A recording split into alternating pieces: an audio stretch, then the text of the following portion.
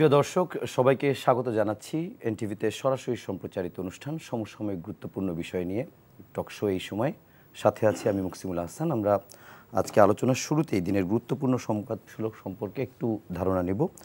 প্রথমেই যে সংবাদটি আমাদের আছে সেটি হচ্ছে যে সংসদ সদস্য ঝিনাইদহের যিনি আনোয়ারুল আজিম আনার, তার হত্যা সম্পর্কে তার মেয়ে ডরিন তিনি একটি অভিযোগ করেছেন যে বড় জায়গা থেকে এই তদন্তকে প্রভাবিত করার জন্য তদবির চলছে, চাপ দেওয়া হচ্ছে। যদিও এটি নিয়ে তিনি স্বরাষ্ট্রমন্ত্রীর কাছে অভিযোগ করেছেন এবং স্বরাষ্ট্রমন্ত্রী গণমাধ্যমের কাছে বলেছেন যেমন অভিযোগ সঠিক নয়, বরং কোনো চাপ তাদের উপর নেই, জড়িত সবাইকে আইনের আওতায় আনা হবে। এবং এইটি নিয়ে আরও একটি ঘটনা রয়েছে, সেটি হচ্ছে যে স্থানীয় আওয়ামী লীগ নেতা যিনি বাবু এবং তার সামনাসামনি ঝিনাইদহ জেলা আওয়ামী লীগের সাধারণ সম্পাদক সাইফুল ইসলাম মিন্টুকে জিজ্ঞাসাবাদ করেছে পুলিশের অতিরিক্ত পুলিশ কমিশনার হারুনুর রশিদ। এবং সেখানে তারা বেশ কিছু বিষয় কথা বলেছেন। হারুনুর রশিদ বলেছেন যে ঘটনা সম্পর্কে তারা বেশ কিছু তথ্য পেয়েছে, প্রথমে তার উপর নির্যাতন করা হয় এবং তাকে হত্যা করা হয়। সে বিষয়টি নিয়ে আমরা আলোচনা করব। এর পাশাপাশি দিনের আরেকটি গুরুত্বপূর্ণ সংবাদ হচ্ছে গ্রামীণ টেলিকমের শ্রমিক কর্মচারীদের কাছ থেকে 25 কোটি 22 লাখ টাকা অর্থ আত্মসাতের যে মামলা, দুদকের যে মামলা, সেই মামলায় আজ আদালত নির্দেশ দিয়েছে যে এই বিচার আনুষ্ঠানিকভাবে শুরু হয়েছে এবং চার্জ গঠনের আদেশ দেওয়া হয়েছে। আগামী 25 জুলাই সাক্ষ্য গ্রহণের মধ্য দিয়ে বিচার শুরু হবে। এটি একটি গুরুত্বপূর্ণ বিষয় এবং এখানে ডক্টর মোহাম্মদ ইউনূস তিনি বেশ কিছু অভিযোগ করেছে তার বিরুদ্ধে হয়রানি হচ্ছে, যদিও আইনমন্ত্রী বলেছেন তার বিরুদ্ধে কোনো রকম হয়রানি হচ্ছে না এবং তার অভিযোগকে অসত্য বলেছেন তিনি। এবং এর বাইরে আরও একটি গুরুত্বপূর্ণ খবর রয়েছে যে পুলিশের সাবেক আইজি বেনজির আহমেদ তার অবৈধ সম্পদ, বিশেষ করে বেনজির এবং তার স্ত্রী এবং 2 মেয়ের নামে ফ্ল্যাট, বিপুল পরিমাণ জমি জব্দের নির্দেশ দিয়েছে আজকে আদালত।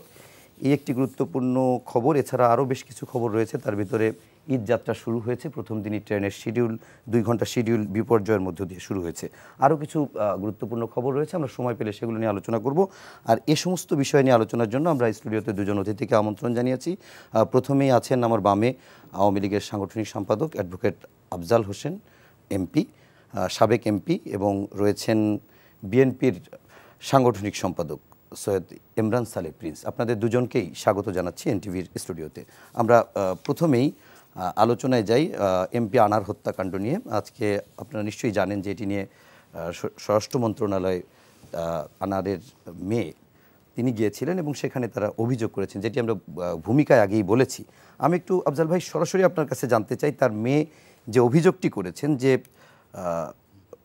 মানে বড় জায়গা থেকে তদবির চলছে, চাপ দেওয়া হচ্ছে, তদন্তকে প্রভাবিত করার চেষ্টা চলছে, কেন এরকম অভিযোগ করলো আর চাপটি কোন জায়গা থেকে দেওয়া হতে পারে বলে মনে হয়? ধন্যবাদ আপনাকে এবং আজকে এই টক শোতে আমার সাথে সহ আলোচক যিনি আছেন তাকে শুভেচ্ছা জানাচ্ছি। একটি হত্যাকাণ্ড যখন ঘটে তখন হত্যাকাণ্ডের যিনি ভিকটিম তার পরিবারের সদস্য, তাদের যে মর্মবেদনা, তাদের যে কষ্ট, এগুলো বোঝার ক্ষমতা আমার আছে এবং আমরা সকলেই সমবেথী। স্বাভাবিকভাবেই সাবেক এমপি আনারের সন্তান ডরিন যে কথাগুলো বলেছেন, আমি মনে করি যে এটি তদন্ত সংশ্লিষ্ট যারা আছেন সকলে গুরুত্বের সাথে বিবেচনা করবেন। এবং ইতিমধ্যে তো মাননীয় স্বরাষ্ট্রমন্ত্রী মহোদয় স্পষ্ট বলেছেন যে আনারের হত্যাকাণ্ডের তদন্তে বাধাগ্রস্ত করার কোনো কারণ নাই, কোনো চাপও নাই তার প্রতি, এবং এটি সঠিক ট্র্যাকেই চলছে। এবং এটি যে একেবারেই এখানে কোনো রকম গাফিলতি নেই, সব কিছুই তদন্তে বেরিয়ে আসবে বলে আমরা আশা করছি।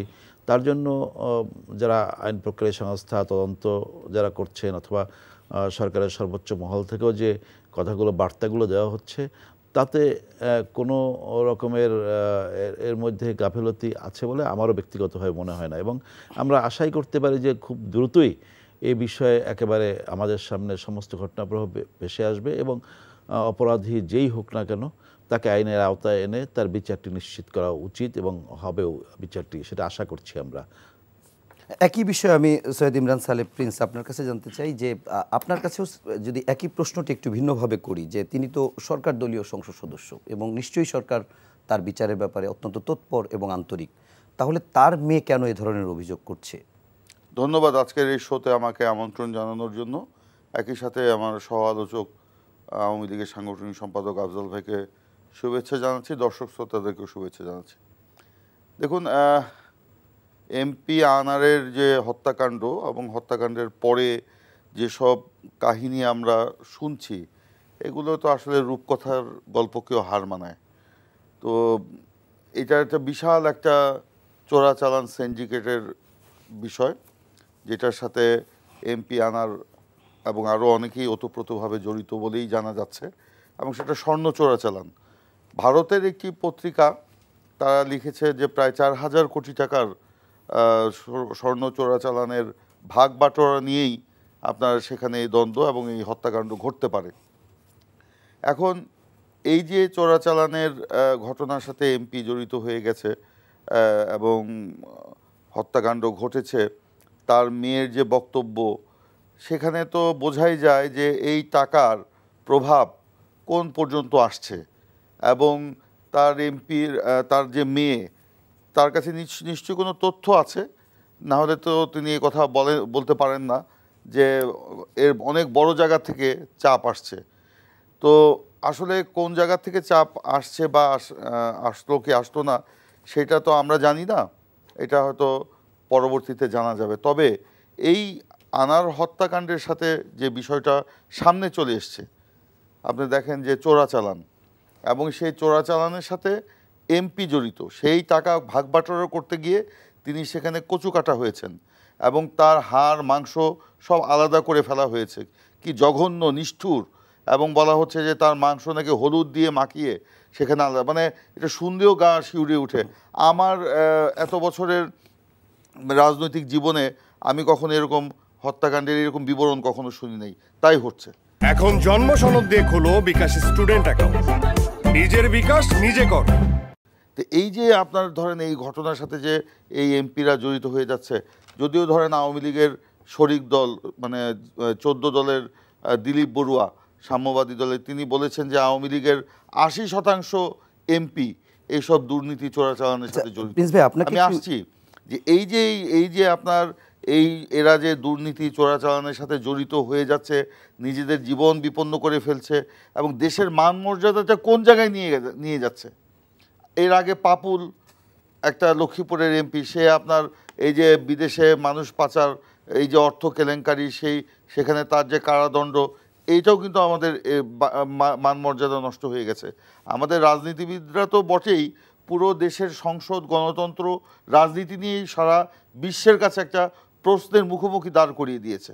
এখন এই এমপি আনারদেরকে কারা নমিনেশন দিল? আচ্ছা, একটু আপনার কাছে একটু রিলেভেন্ট কোশ্চেনটা করি। আপনি যেহেতু বললেন যে একটি অভিযোগ করেছেন, যে বা যেটি আপনি শুনেছেন যে স্বর্ণ চোরাচালানের অভিযোগ, এবং সেটি নিয়ে আপনি বললেন যে এর প্রভাব কোন মানে টাকার কারণেই হয়তো এটি প্রভাবিত হতে পারে। আপনার কাছে এরকম কি মনে হয় কিনা যে যেহেতু যিনি মারা গেছেন তিনি আওয়ামী লীগ করতেন এবং যাদেরকে এখন ধরা হচ্ছে তারাও আওয়ামী লীগের, সুতরাং আওয়ামী লীগেরই কোনো উপরের মহল থেকেও তো বা তাদের পক্ষ থেকে গ্রুপ পাল্টা গ্রুপ সেরকম চাপও তো হতে পারে। দেখুন, আজকে আপনার নোবেল বিজয়ী ডক্টর ইউনূসের একটি সে প্রসঙ্গে আমরা রয়টার্সে পড়ছিলাম, তিনি বলেছেন যে বাংলাদেশে তো একটাই দল তাড়াতাড়ি বাংলাদেশকে দখল করে নিয়েছে, তারাই এমপি নমিনেশন দিচ্ছে নৌকার, তারাই দামি প্রার্থী দিচ্ছে, তারাই স্বতন্ত্র দিচ্ছে, তারাই এমপি নির্বাচিত হচ্ছে, তারাই এখানে সব রাজত্ব করছে। তাদের মধ্যেই তো সব খেলা। এই যে আপনার ভাগ বাটোয়ারা যে জিনিসটা হচ্ছে, তারাই তো জড়িত এখানে অন্য কে জড়িত থাকবে? তার মানে টোটাল আওয়ামী লীগ একটা প্রশ্নের মুখোমুখি দাঁড়িয়ে গেছে যে আওয়ামী লীগ টোটালটাই একটা দুর্নীতিবাদ, চোরাচালানের আখড়ায় পরিণত হয়েছে।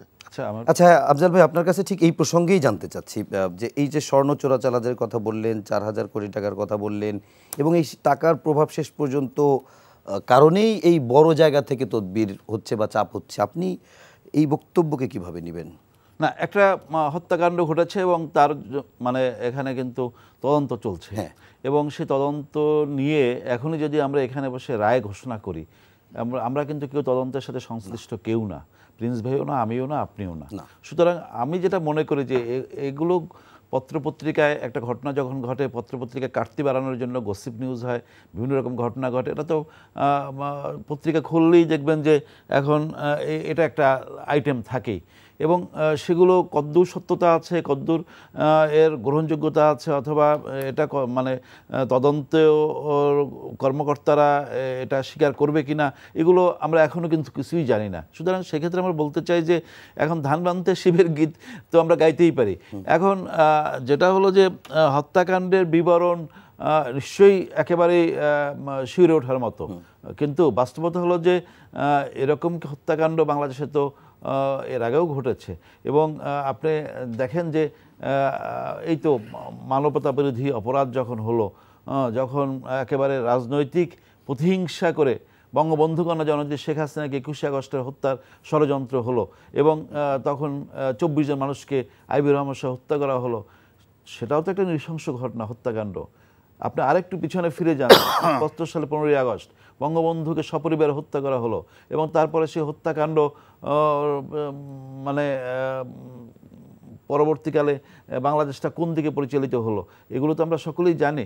এখন যেটা হলো যে বিভৎসতা, এই যে অগ্নিসন্ত্রাস করে বিএনপি জামাত যখন এই কাজগুলো করলো বাংলাদেশে, এবং সেই সব শত শত মানুষ যে মুখমণ্ডল পুড়ে গেল, কেউ মৃত্যুবরণ করলো, মানে বিভৎসতা আসলে কোনটার চেয়ে কোনটা কম, এটা তুলনা না করাই ভালো। কিন্তু মানে প্রিন্স ভাই বললো যে এই ঘটনার বিভৎসতা বাংলাদেশে আর হয়নি। এখন যেটা হলো যে বিভৎসতা, এবং এটি আমি আনারের হত্যাকাণ্ডের বিভৎসতা, সেটিকে আমি কোনোভাবেই কম করে দেখছি না, এবং এই বিভৎসতা কোনোভাবেই হওয়া উচিত না। যারা করেছে তাদেরকে একেবারে দৃষ্টান্তমূলক শাস্তির আওতায় আনা উচিত, সেটি আমি বিশ্বাস করি, এবং হবে ওই সরকারের পক্ষ থেকে। কারণ এই যে সরকার, দেখবেন যে এই ঘটনাগুলো ঘটছে, কিন্তু এর আগেও তো অনেক সরকার ছিল, তাদের সময় তো হাওয়া ভবন তৈরি হয়েছিল, মানে দুর্নীতি হয়েছে, ক্ষমতার প্যারালাল আর একটা জায়গায় বসে লুটপাটের রাজত্ব কায়েম হয়েছে, এরকম শত শত চোরাচালানি দুর্নীতির অভিযোগ উঠেছে, দেশের টাকা বিদেশে পাচার হয়েছে। কই সেই সময় তো আমরা দেখি নাই যে সেইটি নিয়ে পত্রপত্রিকা অথবা এরকম যে সরকারের আমলে হয়েছে সেই সরকারের পক্ষ থেকে কেউ এরকম কোনো উদ্যোগ গ্রহণ করেছে বিচারের আওতায় আনার জন্য কাজটি করেছে, সেটি কিন্তু করে না। কিন্তু আওয়ামী লীগ সরকার জিরো টলারেন্স দুর্নীতির ব্যাপারে, এবং বঙ্গবন্ধু কন্যা সেই জায়গায় আছেন বলেই কিন্তু তার যে রাষ্ট্রীয় মেশিনারি, তারা কিন্তু ব্যবস্থাটি নিচ্ছে, এবং ব্যবস্থা দুর্নীতি বলেন অথবা অপরাধ বলেন, যে কোনো কাজে। আপনাকে একটা প্রশ্ন করি, সেটি হচ্ছে যে আওয়ামী লীগের বা সরকার দলীয় বলি কিংবা বাংলাদেশের 300 জন সংসদ সদস্যের একজন হচ্ছে আনোয়ারুল আজিম। আমার প্রশ্নটি হচ্ছে যে এতদিন তিনি নিখোঁজ, ধরেই নেওয়া হচ্ছে তিনি মারা গেছেন, যে কিন্তু তার লাশের কোনো অংশ, টুকরা কিংবা কোনো হদিস এখন পর্যন্ত আমরা পাইনি। মানে এই দেরিটা বা কোনো রকম কুলকিরা না করতে না পারার কারণ কি মনে হচ্ছে? দেশের বাইরে কোনো, নাকি অন্য ভেতরে আর কোনো কাহিনী থাকতে? না, ঘটনাটি ঘটছে দেশের বাইরে, এবং আপনি যদি আঙ্গুলটা এই সরকারের দিকে মানে করতে চান, অথবা প্রিন্স ভাই করতে চান, সেটিও তো যৌক্তিক হবে না। কারণ এটা কিন্তু আমাদের একেবারে পার্শ্ববর্তী একটি রাষ্ট্রের এই ঘটনাটি ঘটেছে, এবং সেখানের আইন প্রক্রিয়া সংস্থা, তদন্ত কর্মকর্তা, তারা কিন্তু কাজটি করেছে। আমাদের এখান থেকেও তদন্ত সংশ্লিষ্ট যারা গোয়েন্দা বিভাগে কাজ করেন তারাও সেখানে গিয়েছেন। সুতরাং কাজটি হচ্ছে। এখন সমস্ত কিছু যে একেবারেই পাদপ্রদীপের আলোয় এই মুহূর্তে চলে আসবে তা কিন্তু না, আমাদের তো একটা অপেক্ষা করতে হবে। তদন্ত, একটা ঘটনা যখন ঘটে তখন কিন্তু একেবারে ডে টু ডে মানে একেবারে সমস্ত ঘটনা আপনি জানবেন না, এটা তদন্তের স্বার্থেই কিন্তু অনেক কিছু গোপন রাখা হয়। সুতরাং আমরা অপেক্ষা করি যে কবে তদন্তর সংশ্লিষ্ট সমস্ত ঘটনাগুলো আমাদের সামনে চলে আসে, এবং যারা অপরাধী কালফিট তারা আইনের আওতায় আসে, এবং তাদের বিরুদ্ধে ব্যবস্থাটি হয়। সুতরাং আমরা টকশো অথবা অন্য জায়গায় বসে আলোচনাটি হতে পারে, কিন্তু আমরা তো একটা জায়গায় একমত, সেটি হলো যে বিচারটি হতে হবে, এবং সেই বিচারটি হওয়ার জন্য এই সরকার আন্তরিক, এবং সরকার যারা রাষ্ট্রীয়ভাবে বিভিন্ন পদ পদবিতে আছে সংশ্লিষ্ট এই আইন প্রক্রিয়া সংস্থা, তদন্ত কর্মকর্তা, তারাও মনে করে যে খুবই গুরুত্ব সহকারে বিষয়টি দেখছেন। আচ্ছা, এই আনার প্রসঙ্গে শেষ প্রশ্ন ইমরান সালে প্রিন্স ভাই আপনার কাছে, সেটি হচ্ছে যে বিষয়েই আফজাল ভাই বলছিলেন যে সরকার সর্বোচ্চভাবে বিভিন্নভাবে দেশের বাইরে হয়েছে, তারপরও চেষ্টা করছে যেন এটার সব কিছু করতে, কিন্তু এবং বিচারও করবে সেই আশাবাদও তিনি জানিয়েছেন। কিন্তু আমার প্রশ্ন হচ্ছে যে আমি একই প্রশ্ন আবার আপনাকেও করতে চাই একটু ভিন্নভাবে। সেটি হচ্ছে আপনার কাছে কি মনে হয় যে এটি কোনো কুল কিনারা করতে না পারার কারণটা কি? আমরা নেপাল যাচ্ছি, আমরা ইন্ডিয়া যাচ্ছি, ঘুরে আসছি, কিন্তু কিছুই বলতে পারছি না যে কোথায় আছে আসলে, একটা টুকরা পর্যন্ত তার পরিবার পাচ্ছে না। দেখুন, এই ঘটনাটি তো ভারতে ঘটেছে এবং সেখানে ভারতের পুলিশ গোয়েন্দা বাহিনী তারাও কিন্তু গলদঘর্ম হয়ে যাচ্ছে। বাংলাদেশ থেকেও আমরা শুনছি ভারতে যাচ্ছে, আপনার নেপালে যাচ্ছে, তারাও এখানে এসে কিছু বলতে পারছে না। তা আমি ওইটাই বিভৎসতা বললাম। আমার এই বিভৎসতার কথা শুনে আমার আফজাল ভাই তিনি সেই 21শে আগস্ট এবং অন্যান্য ঘটনা প্রসঙ্গ টেনে নিয়ে আসলেন। আসলে এইটা ওনারা এগুলিতে ওনারা নার্ভাস কেন আমি তো বুঝলাম না। এগুলি কথা বললে ওনারা অন্য প্রসঙ্গ নিয়ে এসে যা নিয়ে আসার মধ্য দিয়ে তারা নিজেদের নার্ভাসনেসের বহিঃপ্রকাশ ঘটাচ্ছে। নার্ভাস এই কারণেই যে তারা আজকে আপাদমস্তক এই চোরাচালান, দুর্নীতি, লুটপাটে নিমজ্জিত। আওয়ামী লীগ আজকে দুর্নীতিতে নিমজ্জিত, যেটা আজকে নোবেল বিজয়ী ডক্টর ইউনূস রয়টার্সের সাক্ষাৎকার দিয়ে বলেছেন, এবং যে সাক্ষাৎকারটি একদম বিদ্যুৎ গতিতে সারা পৃথিবীর বিভিন্ন গণমাধ্যমে যা ছড়িয়ে পড়েছে, সাথে সাথে আমি দেখলাম। তো এই মান মর্যাদা নষ্ট করলো কে? আওয়ামী লীগ করেছে। এই এমপি আনারকে কে 3বার নমিনেশন দিয়েছে? আওয়ামী লীগ দিয়েছে। তারা কি জানে না? আজকে একটা পত্রিকায় পড়ছিলাম যে আওয়ামী লীগের 3জন প্রেসিডিয়ামে মেম্বার স্বীকার করেছেন তারা জানতো যে এমপি আনার চোরাচালানের সাথে জড়িত। তবে কেন তাকে বারবার নমিনেশন দেওয়া হচ্ছে? এর খুঁটির জোরটা কোথায়? আপনি আমাকে যে প্রশ্নটা করেছেন যে এই বিচারের ব্যাপার, বিচার তো হতেই পারে, হবে, হয়তো হবে, কিন্তু আমার প্রশ্নটা অন্য জায়গায়, যে এইসব লোককে পৃষ্ঠপোষকতা দিচ্ছে কে? এমপি আনার, এই যে বেনজির, তারপর জেনারেল আজিজ, এবং এরকম 14 দলের আরেকজন নেতা দিলীপ বড়ুয়া তো বলেছিলেন যে 80% নেতাই নাকি ওনারা এই চোরাচালানের সাথে জড়িত। তো এগুলো তো আসলে শাক দিয়ে মাছ ঢাকা যাবে না এইসব কথা বলে। আসল কথা ওখানে আসতে হবে যে বাংলাদেশের মান মর্যাদা আজকে কোন জায়গায় চলে গিয়েছে। ভারতের মাটিতে 4000 কোটি টাকা, উনি বললেন নাকি এটা আমরা কোথায় পেয়েছি, তদন্ত হচ্ছে। উনি বলার সাথে সাথে আমি গুগলে সার্চ দিলাম, বাংলাদেশের বিভিন্ন পত্রিকায় এই কল্পকাহিনী। আমি তো বললাম তো রূপকথাকেও হার মানাবে যে এই কাহিনী আপনার স্বর্ণ চালানের সাথে জড়িত। ভারতের বিভিন্ন মিডিয়াতে এসব এসছে। উনি সোর্স নিয়ে বলেন, উনি যেটি বলেছে যে এটি যেহেতু তদন্ত চলছে এখনই না মন্তব্য না। এটা তো যদি এই ঘটনা যদি নাই ঘটতো, স্বর্ণ চোরাচালানের সাথে যদি নাই জড়িত থাকতো, তাহলে কেন এই পত্রপত্রিকায় আসবে? আজকে আমাদের প্রধানমন্ত্রী খুব বাকপটু, তাই না? আমরা বিভিন্ন ইস্যুতে আমরা প্রধানমন্ত্রীর বক্তব্য শুনি, একদম ছোট খাটো বড় সব বিষয়তেই শুনি। এই বিষয়ে কেন প্রধানমন্ত্রী নিশ্চুপ?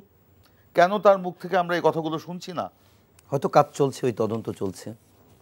শুনেন, এগুলো কথা বলে আসলে কথার মার পেঁচে অনেক কথাকে হারিয়ে দেওয়া যাবে, মানে পেছনে ফেলে দেওয়া যাবে, কিন্তু মানুষের মনের মধ্যে সেই বিষয়টা এখনও প্রধানমন্ত্রী বেনজিরের দুর্নীতির ব্যাপারে কেন কিছু বলছেন না?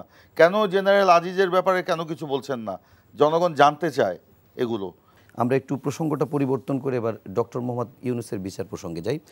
ডক্টর মোহাম্মদ ইউনূসের যে বিষয়টি আমরা জানি যে গ্রামীণ টেলিকমের শ্রমিক কর্মচারীদের বিরুদ্ধে 25 কোটি 22 লাখ টাকা আত্মসাতের যে অভিযোগ দুদক করেছে, সেই অভিযোগের মামলার অভিযোগ গঠন শুনানি হয়েছে এবং নোবেল বিজয়ী ডক্টর মোহাম্মদ ইউনূসের বিরুদ্ধে আনুষ্ঠানিক বিচার শুরুর আদেশ দিয়েছে আদালত। এবং আজ আদালতে এ বিষয়ে বেশ কিছু ঘটনাও ঘটেছে।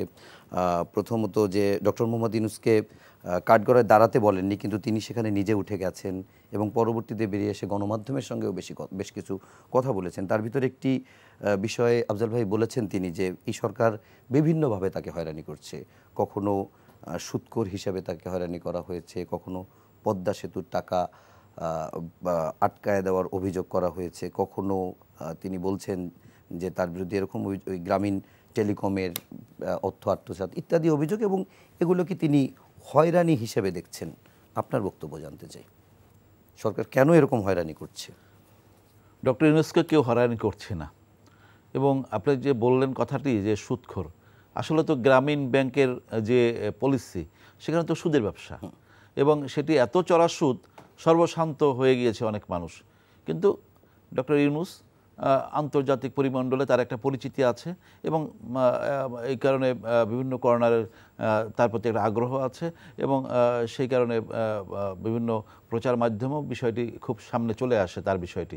কিন্তু এরকম ঘটনা তো বাংলাদেশে ঘটছে, আইনে বিচার হচ্ছে না এবং ইউনূসের যে বিচার সেটা তো আহামরি অন্য কোনো ভাবে সেই বিচারটি প্রভাবিত হচ্ছে না। সাধারণ বাংলাদেশে আইনে যেভাবে বিচার হয় মানুষের সেভাবে বিচারটি হচ্ছে এবং এই মামলাটি মানে দুর্নীতি দমন কমিশন করেছে এবং এটি একটি বিচারাধীন মামলা। সুতরাং সেই মামলাটি নিয়ে আমি ব্যক্তিগতভাবে কথা বলতে চাই না, কারণ আজকে আইনমন্ত্রী মহোদয় তিনিও কিন্তু প্রতিবাদ করেছেন এবং তিনি বলেছেন যে ইউনূসের বিরুদ্ধে সেই রকম ইউনূস যে কথাগুলো বলেছেন এগুলো এক ধরনের মিথ্যাচারের কথাই তিনি বলেছেন এবং তিনি দৃঢ়তার সাথে বলেছেন যে একটি মামলার যে মামলা কোনোভাবে প্রভাবিত করুক এটি তিনি চান না এবং সেই কারণে মামলা সম্পর্কে কোনো কথা তিনি বলেন না এবং বলবেনও না। এবং আরেকটা জিনিস হলো যে এই যে শ্রম আদালতের মামলা, একটি মামলায় কিন্তু একবার আপিল বিভাগে কিন্তু ইউনূসের বিরুদ্ধে রায় হয়েছে। সুতরাং এখানে আইন তো সকলের জন্য সমান।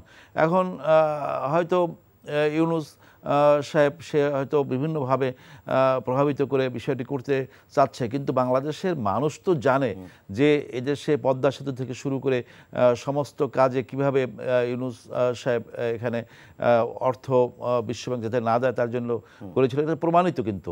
সুতরাং ইউনূস সাহেব যতই বলুক না কেন, কিন্তু আপনি চিন্তা করে দেখেন যে অন 11-এর সময় আপনি কোন হিসাব করবেন যে তার মতো একটা মানুষ সে হঠাৎ করে বলল সে বাংলাদেশে কোনো রাজনীতি করেছিল কোনোদিন তো আমরা দেখি নাই সে মানে এই যে একটা মানুষ মৃত্যুবরণ করলেও তো মানুষ ফুল দিতে শহীদ মিনারে যায়। ডক্টর ইউনূস সাহেব কোনোদিন কি কোনো মানুষ দেখেছে?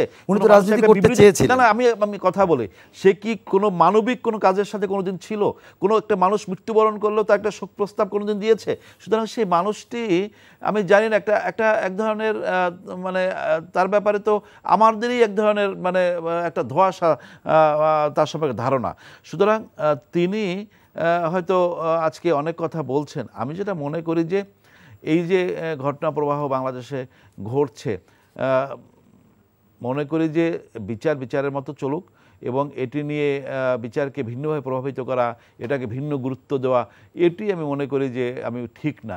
এবং ওই যে কথাটি বললাম, একটা মানুষের যদি ওই রকম লোভী না থাকে, ক্ষমতার প্রতি তার যে মোহ না থাকে, হঠাৎ করে বলে দেবে যে ঘরে ঘরে কি নাগরিক শক্তির ব্যানার লাগিয়ে দাও, এবং একটা পর্যায়ে যারা তার সাথে এরকম কাজের সাথে অথবা অপকর্মের সাথে অপরাজনীতির সাথে জড়িত ছিল তাদেরকে ফেলে দিয়ে এসে এয়ারপোর্টে একদিন হঠাৎ করে কোনো এক ফাইন মর্নিংয়ে বলে গেলেন কি যে আমার সাথে যারা ছিল তারা এখন আর কেউ আমার সাথে নাই, আমি টাটা বাই বাই চলে গেলাম। সুতরাং এইরকম মানুষ, দায়িত্বহীন মানুষ, তার পক্ষে অনেক কথাই বলা সম্ভব। সুতরাং আমি মনে করি যে এটি আমি ব্যক্তিগতভাবে মানে তাকে সে আমার শত্রু না। যেমন আজকে বিএনপি তাদের মির্জা ফখরুল ইসলাম তিনি একটা কথায় বললেন যে আমাদের সকলের শত্রু আওয়ামী লীগ, কিন্তু আওয়ামী লীগগতভাবে আওয়ামী লীগ কর্মী হিসাবে আমি মনে করি যে আমরা কখনোই বিএনপি এই প্রিন্স ভাইকে শত্রু মনে করি না। আমাদের শত্রু হলো দারিদ্রতা, আমাদের শত্রু হলো সাম্প্রদায়িকতা, আমাদের শত্রু হলো ধর্মান্ধতা, আমাদের শত্রু হলো কুপমণ্ডকতা, আমাদের শত্রু হলো বাংলাদেশের যারা বিরোধিতা করে, বাংলাদেশ দেশ বিরোধী অপশক্তি, তারা হলো আমাদের শত্রু।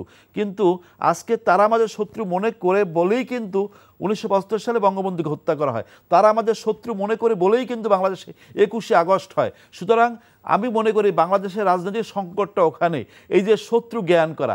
রাজনীতিতে আওয়ামী লীগ, বিএনপি, আমরা তো মনে করি যার যার রাজনীতি সে করবে, তাদের দর্শন, তাদের কর্মসূচি মানুষের সামনে নিয়ে আসবে।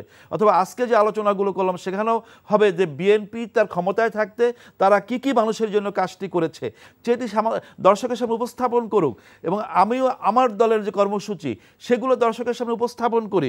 কারণ আমার দল, আমি তো দৃঢ়তার সাথে বলতে পারি যে বঙ্গবন্ধু কন্যা জননেত্রী শেখ হাসিনা এই ক্ষমতায় আসার পরে বাংলাদেশ উন্নতি অগ্রগতির দিকে এগিয়ে যাচ্ছে। খাদ্য ঘাটতির বাংলাদেশ, খাদ্য উদ্বৃত্তে বাংলাদেশ পরিণত হয়েছে। 61,000 কোটি টাকার বাজেট আজকে 7 লক্ষ কোটি টাকার বেশি বাজেট হয়েছে। সুতরাং মানুষ এই যে বিভিন্নভাবে যে সুযোগ সুবিধা পাচ্ছে সেফটি নেটের আওতায় এসে, সুতরাং বিএনপি কি বলতে পারবে? বিএনপি পারে শুধু হত্যা, খুন, সন্ত্রাস এই জায়গায় বাংলাদেশটাকে নিয়ে যেতে। সুতরাং ওই রাজনীতিটাকে বাদ দিয়ে আসুন গণতন্ত্রের অভিযাত্রাকে আমরা অক্ষুণ্ণ রাখি। বাংলাদেশ তো আমরা মুক্তিযুদ্ধের চেতনার অসাম্প্রদায়িক শোষণ গণতান্ত্রিক বাংলাদেশ বিনির্মাণ করার জন্য আপ্রাণটা আমরা চেষ্টা করে যাচ্ছি, এবং মুক্তিযুদ্ধের শহীদ যে স্বপ্ন সেটি না করে এই বাংলাদেশকে পিছনের দিকে নিয়ে যাওয়ার জন্য সে ব্যর্থ চেষ্টা বিএনপি করছে। এবং সেই কারণেই বিএনপি আওয়ামী লীগকে শত্রু মনে করে, কিন্তু আওয়ামী লীগ কিন্তু বিএনপিকে শত্রু মনে করে না। আওয়ামী লীগ শত্রু মনে করে দেশ বিরোধী শক্তি। আর আজকে আমি মনে করি যে এইরকম এই ঘটনাগুলো আমি বললাম এই কারণেই যে ডক্টর ইউনূস আমি মনে করি যে আইনের প্রতি শ্রদ্ধাশীল থেকে বিচারিক প্রক্রিয়াকে সহায়তা করা, এবং সেটি না করে তিনি ওখানে যে সিন ক্রিয়েটগুলো করছেন সেখানে তাকে তো বলা হয় না আপনি এই যে মানে যেখানে অন্যান্য আসামিরা যায় তাকে প্রতি সম্মান দেখিয়ে তাকে বলা হয়েছে তার যাওয়ার প্রয়োজন নাই, কিন্তু উনি কিন্তু ওখানে একটা মানে মিডিয়ার একটা খোরাক তৈরি করার জন্য কথাগুলো বলার জন্য তিনি ওই ঘটনাটি ঘটিয়েছেন। সুতরাং এটা কিন্তু আমরা জেনেছি। সুতরাং এটি বিষয় না, বিষয়টা হলো যে মানে এই দেশেই তো সেই দেশ যেখানে ইন্ডেমনিটি অধ্যাদেশের মতো একটা আইন করে জাতির পিতার হত্যাকাণ্ডকে এখানে বন্ধ করে দেওয়া হয়েছে। সুতরাং সেই দেশে আইনের কথা বলে আওয়ামী লীগ সরকারের বিরুদ্ধে যারা কথা বলতে চায় আমি মনে করি তারাই একসময় আইনের শাসন লঙ্ঘন করেছে। সুতরাং আওয়ামী লীগ সরকার আইন আদালত এগুলোকে শ্রদ্ধা করে এবং মানে এগুলো স্বাধীন এবং স্বাধীনভাবেই কাজ করে যাচ্ছে, সেখানে সরকারের পক্ষ থেকে কোনো মানে প্রভাবিত করা হয় না। আর যে বললেন যে আপনি যে এখানে বলা হলো যে মাননীয় প্রধানমন্ত্রী সম্পর্কে একটা কথা বলা হলো, আমি মনে করি যে মাননীয় প্রধানমন্ত্রী বঙ্গবন্ধু জননেত্রী শেখ হাসিনা তিনি জানেন, তিনি বোঝেন যে কোন বিষয়ে কথা বলতে হয়, কোন বিষয়ে কথা বলতে হয় না। আইন আদালতের বিষয় নিয়ে তিনি কি কথা বলবেন?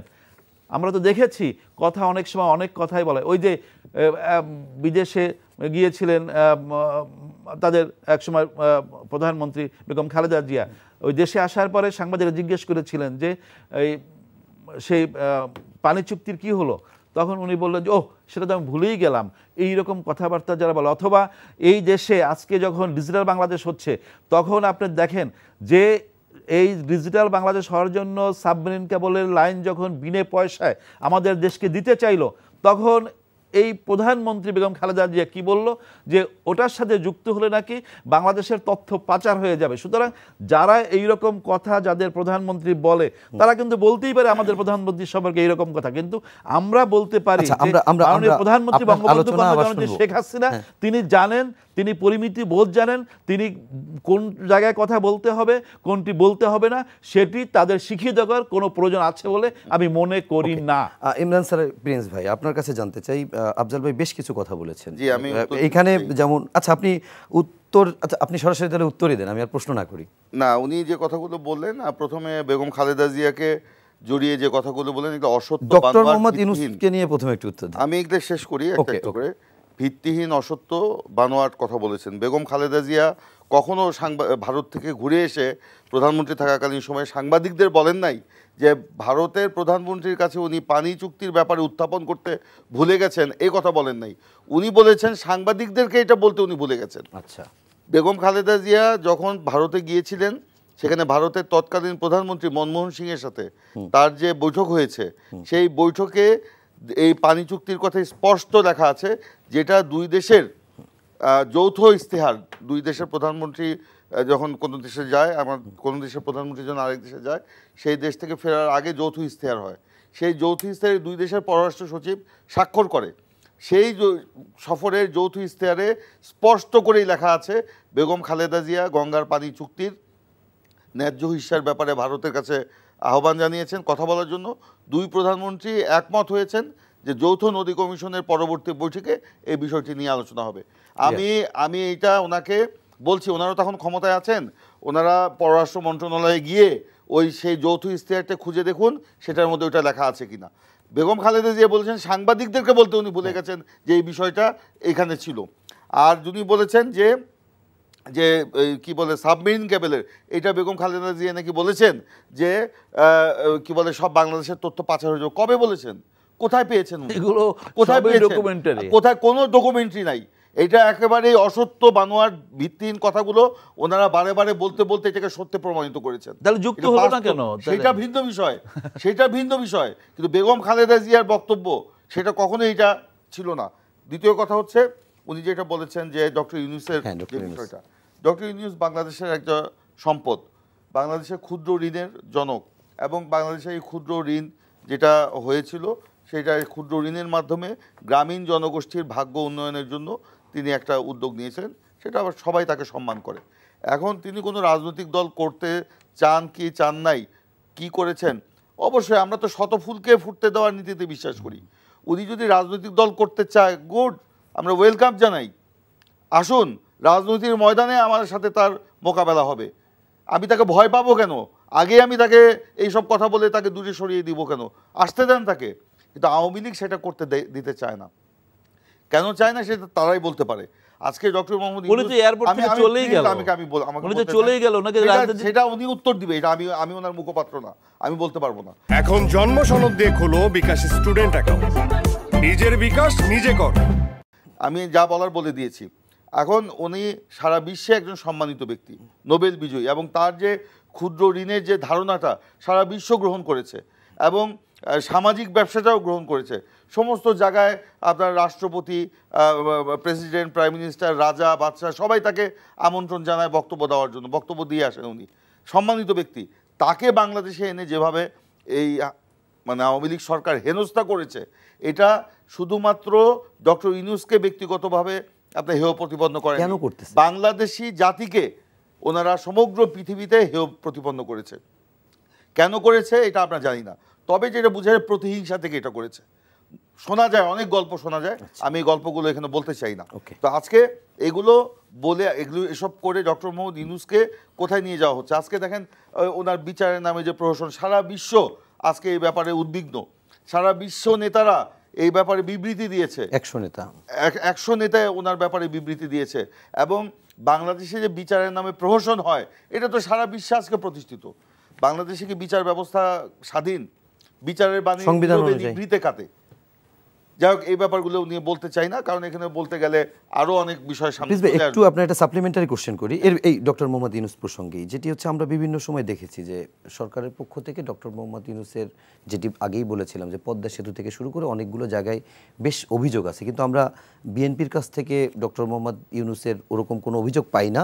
আবার ডক্টর মোহাম্মদ ইউনূসের কাছেও বিএনপির কোনো প্রশংসা শুনি না। কিন্তু সরকারের এত ক্ষোভ কেন, বা এই বিষয়গুলো নিয়ে সরকার এত প্রশ্ন তুলছে? যদি আপনার ভাষ্য মতে যদি বলি, উনি নোবেল বিজয়ী, উনি একজন সম্মানী ব্যক্তি, তাহলে মানে বিএনপির সাথে কি ওনার কোনো সখ্যতা আছে? কোনো সখ্যতা নেই বিএনপির সাথে। বিএনপি সম্মানিত লোককে সম্মান দিতে জানে। আওয়ামী লীগের কাছে কোনো সম্মানিত লোক সম্মান পায় না। যেমন ডক্টর মোহাম্মদ ইউনূস পায় নাই, যেরকম বিচারপতি শাহাবুদ্দিন সাহেব পান নাই, যেরকম আপনার আরও অনেক সম্মানিত ব্যক্তি আছেন, আওয়ামী লীগের কাছে তারা কোনো সম্মান পায় না। অথচ সারা দেশ নয়, সারা বিশ্ব তাদেরকে সম্মান করে। আজকে আওয়ামী লীগের সেই হীনমন্যতার কারণেই কিন্তু আজকে এই অবস্থা। ডক্টর ইউনূস, আমি তো আগেই বলেছি, বাংলাদেশের একটা সম্পদ। তার সাথে বাংলাদেশ জাতীয়তাবাদী দল বিএনপির কোনো সম্পর্ক নাই। তার যে রাজনৈতিক চিন্তা কি সেটা আমরা জানিও না, বা আমরা মনেও করি না, যে জানারও চেষ্টা করি না। আমি মনে করি যে তার মেধা, মনন, তার জ্ঞান, তার বুদ্ধি দিয়ে তিনি যেভাবে গ্রামীণ ব্যাংকে প্রতিষ্ঠা করেছিলেন, সেই গ্রামীণ ব্যাংকের আদলে যেভাবে উনি এখানে পরিবর্তন করার চেষ্টা করেছেন, আমরা আসুন সবাই সেই সহযোগিতা করি। আজকে এই শুধু এইটাই আমাদের মনোভাব, এর বেশি আমাদের কিছু নাই। আরেকটা কথা উনি বলেছেন যে এখানে ডক্টর ইউনূসের বিচারে নেই। আমি বলছিলাম বিচারের বাণী তো এখানে নীরবে নিভৃতে কাঁদে। বেগম খালেদা জিয়ার বিচারের নামে কি হয়েছে? সেখানে বেগম খালেদা জিয়ার মানে আইন যদি তার নিজস্ব গতিতে চলতো, বেগম খালেদা জিয়ার বিরুদ্ধে মামলাই হয় না, এই মামলাই হয় না। সেখানে তাকে একটা ফরমাইশি রায় দিয়ে তাকে জেল দিয়ে 5 বছরের জেল, আবার হাইকোর্টে নিয়ে 10 বছর করে যা যা করার করেছে। আজকে তাকে মৃত্যুর মুখোমুখি দাঁড় করিয়ে দিয়েছে। তার চিকিৎসার জন্য ডাক্তাররা বিদেশে তার চিকিৎসার কথা বলেছে, সরকার তার বিদেশে চিকিৎসার জন্য কোনো ব্যবস্থাই নিচ্ছে না, তার বারবার নাকচ করে দিচ্ছে। আজকে আল্লাহ না করুক বেগম খালেদা জিয়ার জীবনে যদি কোনো ঘটনা ঘটে, সমস্ত দায় দায়িত্ব আওয়ামী লীগকে বহন করতে হবে, সমস্ত দায় দায়িত্ব আওয়ামী লীগকে বহন করতে হবে। আজকে এই যেহেতু আওয়ামী লীগ, তারা প্রতিহিংসার রাজনীতি করে, এর বাইরে কি আর কিছু আছে? আজকে এই যে আপনি ধরেন ডক্টর ইউনূসের বিরুদ্ধে যে কথাগুলো বলে লাভটা কি হচ্ছে? সমগ্র কেউ কি আওয়ামী লীগের কথা বিশ্বাস করে? আওয়ামী লীগের নেতাকর্মীরাই এটা বিশ্বাস করে না। আওয়ামী লীগ আজকে ডক্টর ইউনূসের বিরুদ্ধে যা বলছে, আজকে দেখেন বাংলাদেশে, এই যে আমি আজকে বললাম যে রয়টার্সের সাথে ডক্টর ইউনূসের যে আজকে সাক্ষাৎকার, যেখানে তিনি বলেছেন বাংলাদেশে আজকে রাজনীতি বলে কিছু নেই, শেখ হাসিনা সরকার মানে আপাতমস্তক দুর্নীতিতে নিমজ্জিত, এবং সেখানে আজকে এই কথাটা সমগ্র উনি রয়টার্সের সাক্ষাৎকার দেওয়ার সাথে সাথে সারা বিশ্বে এটা ছড়িয়ে পড়েছে। সবাই তার বক্তব্য জানতে চায়, শুনতে চায়। ওনার মান মর্যাদাটা কি বাংলাদেশের নষ্ট হলো, না ওনার নষ্ট হলো, না আওয়ামী লীগের নষ্ট হলো? এইসব খামাখা এইসব খুঁচিয়ে আজকে মানুষকে মানে বিপদগ্রস্ত করে, মানুষকে হেয় প্রতিপন্ন করে আওয়ামী লীগ কি মজা পায় আমি জানি না। আফজাল ভাই, কি মজা পান আপনারা? দেশের যে অসম্মান হচ্ছে, দেশকে যে কোন জায়গায় নিয়ে যাচ্ছে, এটা আওয়ামী লীগ নিজেরাও আবার আসবো আপনার কাছে। মানে কেন করছেন ওনার ভাষ্য মতে যে আপনারা কি মজা পান, আসলে এগুলো কেন করছেন, এরকম একটি প্রশ্ন তুলেছেন যে মজার বিষয় নাকি? তার আমি তো মনে করি যে এটি কোনো মজার বিষয় না।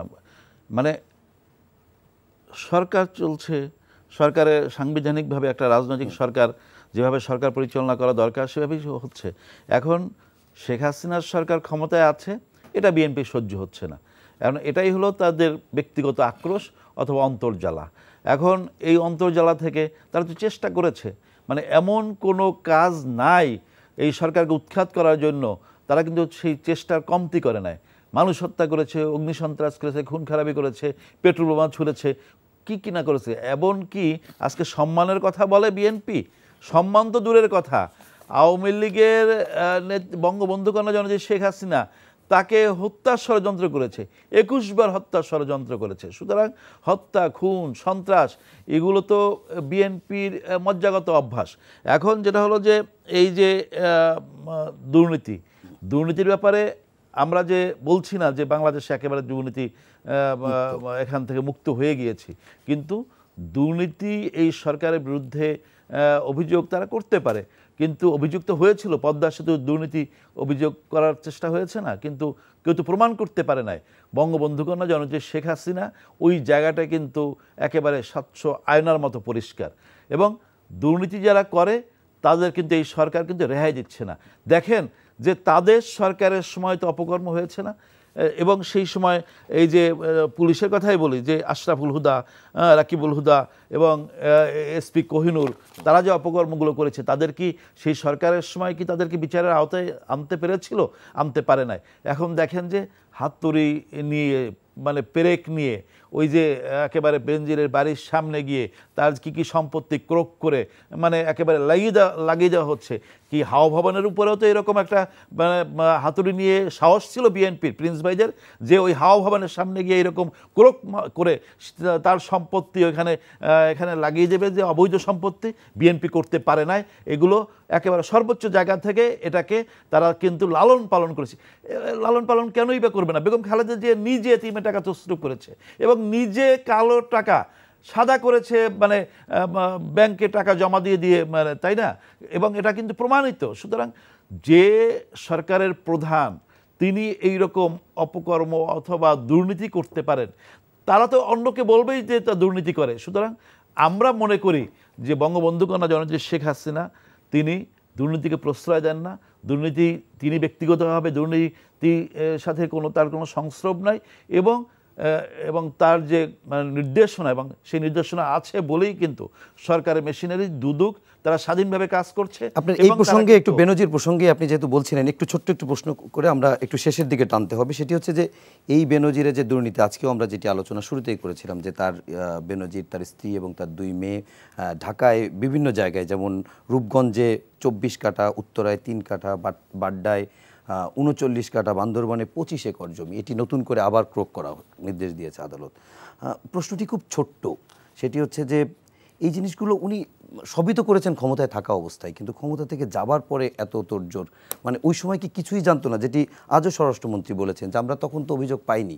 না, আমি যদি একেবারে ছোট্ট আকারে আপনাকে একটা মানে ব্যাপারে প্রশ্ন করি, যে এই তো টক শোতে আপনি আছেন, এইরকম মানুষ ডেকে বেনজির সম্পর্কে কোনোদিন আপনিও তো উত্থাপন করতে পারেন নাই, কারণ আমি জানি না আপনি এরকম কোনো কিছু জানছেন কিনা অতীতে। এটা তো গণমাধ্যম থেকে করি যে আজকে মানে পত্রপত্রিকা আসছে, একটা পত্রিকা কালের কণ্ঠ প্রথমে রিপোর্টটি করেছে, আমি ধন্যবাদ জানাই তাদেরকে। কিন্তু আমি মনে করি যে আজকে সরকার যখন সরকারের নজরে আসছে, সরকার বসে নাই, কিন্তু তারা কিন্তু বেনজির হোক অথবা ওই আজিজ সাহেব হোক, যেই হোক না কেন, মানে তদন্তটা হচ্ছে, এবং তদন্তে আমি মনে করি যে এই বাধাগ্রস্ত হচ্ছে না, এবং তদন্তের মাধ্যমে অপরাধী সাব্যস্ত হলে বিচারটি বাংলাদেশে হবে, এবং এখানে পার পাওয়ার কোনো সুযোগ নাই। এবং সেইটি অতীতে যারা আজকে একেবারে উচ্চ গলায় কথাগুলো বলছে, তাদের সরকারের সময় তো এরকম মানে কেউ সাহস পায় না। শেখ হাসিনার সরকার আছে বলেই কিন্তু মানে পার পাওয়ার কোনো সুযোগ নাই। এবং এইরকম মানুষ যারাই থাক না কেন, আবার ভবিষ্যতেও যদি এরকম কেউ সামনে চলে আসে, তাদেরকেও কিন্তু এরকম বিচারের মুখোমুখি হতে হবে। এটাই হলো বাস্তবতা। এখানে কিন্তু কারো জন্য মানে মানে কে ক্ষমতাবান অথবা কে ক্ষমতা কম, এটি কোনো বিবেচ্য বিষয় থাকবে না। আইনের চোখে সকলের সমান, এবং সেই সমান যে রীতি সেটি কিন্তু মানে এই সরকারের সময় কিন্তু হচ্ছে, এবং হচ্ছে বলেই কিন্তু এই নামগুলো সবার সামনে চলে আসছে। এটাই হলো আমি মনে করি যে এই সরকারের সফলতা। জি, এই সরকারের সফলতার যে কথাটি বললেন আফজাল ভাই, সেখান থেকে আপনাকে যদি জিজ্ঞেস করি যে বিএনপি যখন ক্ষমতায় ছিল, আজকে এরকম কোনো সাবেক আইজি বুঝেছি, হ্যাঁ আপনি বলেছেন যে বিএনপি যখন ক্ষমতায় ছিল এই ধরনের দুর্নীতি কখনো ছিল না। যতটুকু হয়েছে আমি শেষ করি, আমাকে বলতে দেন। জি প্লিজ। এই ধরনের দুর্নীতি কখনো ছিল না, বরঞ্চ আওয়ামী লীগ তার দলীয় স্বার্থে তার এই অবৈধ ক্ষমতাকে টিকিয়ে রাখার জন্য তার একটি শ্রেণী তৈরি করেছে। এই আজিজ, বেনজির, এই যে আনার, এদেরকে দুর্নীতি অপকর্ম করার সুযোগ দিয়ে এই যে আপনার ক্যাসিনো কাণ্ড, অমুক সময় কত রকম কাণ্ড, আমরা আওয়ামী লীগ একটা শ্রেণী তৈরি করে তাদের উপর নির্ভর করে তারা নিজেদের ক্ষমতাকে টিকিয়ে রাখার চেষ্টা করছে। এই জিনিস আগে কখনো ছিল না। এই বেনজির কি বিএনপি আমলে চাকরি করে নাই? এই আজিজ কি বিএনপি আমলে চাকরি করে নাই? তো তখন তারা কি দুর্নীতি করার সুযোগ পেয়েছিল? আওয়ামী লীগের আমলে আওয়ামী লীগের চোখের সামনে তাদের প্রশ্রয়ে, তাদের আশ্রয়ে, তাদের পৃষ্ঠপোষকতায় এরা দুর্নীতি করে আঙ্গুল ফুলে কলা গাছ হয়েছে। শুধু তাই নয়, আজকে বললেন কি বেনজিরের বাড়ির সামনে কি হাতুড়ি প্যারাক দিয়ে কি লাগাচ্ছে, যে হাওয়া ভবনের কথা বললেন। হাওয়া ভবনে তো তখন কোনো এরকম দুর্নীতির অভিযোগ, আপনার দুর্নীতি তদন্ত হয় নাই, আপনার দুর্নীতি প্রমাণিত হয় নাই। ওনারা হাওয়া ভবনের বিরুদ্ধে কত কথা বলে, অভিযোগই তো আসে নাই। আমাকে একটু বলতে দেন। অভিযোগই তো আসে নাই ভাই, আপনারা যে প্রমাণ আপনারা দিতেন দুর্নীতি দমন কমিশনে, আপনারা যে প্রমাণ করতে পারেননি, এখনো প্রমাণ করতে পারছেন না। আপনারা যে বেনজিরের বাড়ির সামনে যে আপনারা কি প্যারাক দিয়ে ঠুকছেন, আর তাহলে বলতে চাই যে বেনজিরকে সততার জন্য শুদ্ধ সার্টিফিকেট কে দিয়েছিল? আওয়ামী লীগ সরকার দিয়েছিল। তখন আওয়ামী লীগ সরকার জানতো না বেনজির কোটালীপাড়া কিনে নিয়েছে, কি বলে আরেকটা কি টুঙ্গিপাড়া অর্ধেক কিনে নিয়েছে, কোথায় কোথায় বাড়ি করছে। এই আওয়ামী লীগ সরকারের সময় এই বেনজির শীর্ষ করদাতা হয়েছে। একজন সরকারি চাকুরি করে সেই লোক কিভাবে শীর্ষ করদাতা হয়? আওয়ামী লীগ কেন সেটা তদন্ত করলো না তখন? কারণ তখন বেনজিরকে তার দরকার ছিল, তখন আজিজকে তার দরকার ছিল, এখনও দরকার। কারণ এই আওয়ামী লীগ তো আওয়ামী লীগ নাই, আজকে বেনজির লীগ হয়ে গেছে, আজিজ লীগ হয়ে গেছে। আজকে এই আওয়ামী লীগ বেনজির আজিজদের দ্বারা পরিপূর্ণ। আজকে দুর্নীতি কোথায় নাই? আপনার যে গরু চুরির থেকে শুরু করে, ছাগল চুরির থেকে শুরু করে, মোবাইল চুরির থেকে শুরু করে এমন কিছু নাই যে তারা চুরি করতেছে। পুকুরের মাছও বলে তারা চুরি করে নিয়ে যায়। এটি হচ্ছে আওয়ামী লীগ। আজকে এইগুলো কথা যখন আমরা বলি তখন তারা অন্য কথাগুলো বলে। একটু আগে উনি অনেক কথা বলেছেন, শেখ হাসিনার সরকার আছে বলে নাকি বিএনপির এটা সহ্য হয় না। বিএনপির সহ্য হয় না ওই জিনিস, আপনারা ভোট চুরি করে সরকারে আছেন, আপনারা একটি নিয়ম মাফিক, একটি নিরপেক্ষ অবাধ সুষ্ঠু নির্বাচন দেন সকল দলের অংশগ্রহণে, লেভেল প্লেইং ফিল্ডে, নিরপেক্ষ সরকারের অধীনে, তাহলে বুঝবো জনগণ আপনাদেরকে চায় কিনা। আপনারা ভোট চুরি করেছেন, আপনারা জনগণের অধিকার কেড়ে নিয়েছেন, আপনারা জোর করে ক্ষমতায় আছেন, আপনারা পার্শ্ববর্তী দেশের অনুগ্রহ করুণা নিয়ে আপনারা ক্ষমতায় আছেন, আপনারা এখানে দুর্নীতি করছেন, লুটপাট করছেন, এখানে আপনারা বিদ্যুৎ উৎপাদনের নামে, ক্যাপাসিটি চার্জের নামে ভারতের আদানিকে টাকা দিচ্ছেন ওখানে আপনার ক্ষমতায় টিকিয়ে রাখার জন্য। এইসব বিএনপির সহ্য হয় না, বিএনপি নয়, বাংলাদেশের জনগণের সহ্য হয় না। নিত্য প্রয়োজনীয় দ্রব্যমূল্যের ঊর্ধ্বগতিতে মানুষ হাহাকার, দুর্নীতিতে সব সয়লাভ হয়ে গেছে, চাকরি নাই, ব্যবসা বাণিজ্য সংকুচিত হয়ে যাচ্ছে। সেটা আপনাদের প্রধান কাজ নয়। আপনাদের প্রধান কাজ হচ্ছে তারেক রহমানকে ফিরিয়ে এনে তাকে বিচারের মুখোমুখি করা। এই কথা যখন শেখ হাসিনা বলে তখন অবশ্যই মানুষের মনের মধ্যে ওই জিনিসটা চলে আসে। আপনার প্রধান কাজ দেশে শেষ করতে হবে। আচ্ছা, আমি একটু কথা বলি। উনি বলেছেন বেগম খালেদা জিয়া এতিমের টাকা চুরি করেছেন। আচ্ছা, আমি যে রায় দিয়েছে সেই রায়ের কোথাও আচ্ছা, আমি শেষ করতে হবে আমাকে। আচ্ছা, আমি কথা বলি যে গতকালকে পত্রিকায় দেখলাম বিএনপি নেতা গরু চুরি করেছে। গতকালকে পত্রিকায় এসেছে বিএনপি নেতা গরু চুরি করেছে। আফজাল ভাই আপনি এক বাক্যে শেষ করেন। আচ্ছা, আমরা আমাদের